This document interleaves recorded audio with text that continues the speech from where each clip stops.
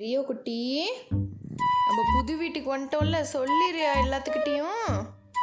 நாங்கள் புது வீட்டுக்கு வந்துட்டோம், அதனால் வீடியோ எடுக்கிறதுக்கு டைம் இல்லை, அதனால் நாங்கள் சீக்கிரமாக நிறைய வீடியோ போடுறோம் அப்படின்னு சொல்லிடலாமா? ஜாமான்லாம் கலைஞ்சு கிடக்குது, எங்களுக்கு பின்னாடி பாருங்க, இந்த ஒர்க்கெல்லாம் முடிச்சுட்டு சீக்கிரமாக நாங்கள் கண்டினியூஸாக வீடியோ போடுறோம் அப்படின்னு சொல்லிடலாமாடா?